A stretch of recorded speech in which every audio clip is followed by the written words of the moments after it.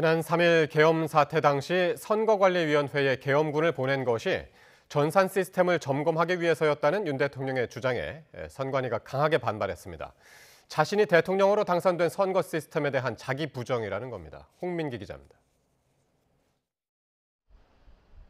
윤 대통령은 비상계엄을 선포한 이유를 두고 차마 밝히지 못했던 일이 더 있다며 국가정보원의 선거관리위원회 점검 결과를 언급했습니다. 전산 시스템은 해킹에 취약했고 비밀번호도 단순한 수준이었다는 겁니다.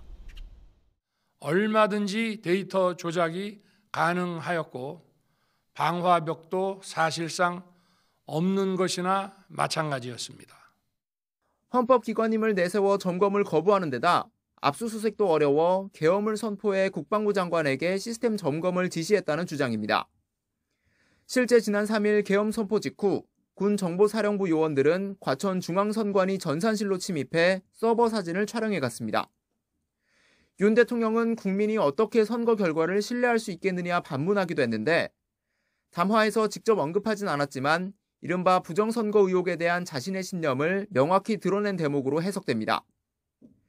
하지만 헌법기관인 선관위는 행정사법기관만을 대상으로 하는 계엄법 대상에 해당하지 않는 만큼 윤 대통령의 주장은 법 위반이란 지적이 나옵니다.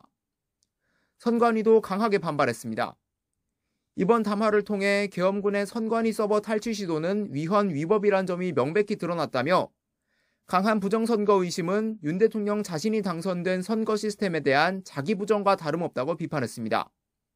국정원 등 기관 협조로 보안 강화를 마쳤고 무엇보다 참관인과 선거인 등 수많은 사람의 눈을 모두 속여야 하는 부정선거는 불가능하다고 강조했습니다. 선관위를 방문한 야당 의원들도 윤 대통령이 언급한 문제는 이미 수십억 원이 투입돼 개선된 내용이라는 답변을 받았다고 설명했습니다. 실현 가능성도 없고 거의 괴담에 가까운 논리에 근거해서 이 계엄령이 시작됐다. 선관위는 그간 부정선거 의혹이 수차례 제기됐지만 모두 근거가 없다는 것이 판결로 확인됐다며 이번 계엄 사태도 관계 당국이 진실을 규명하고 법적 조치를 해달라고 촉구했습니다. YTN 홍민기입니다.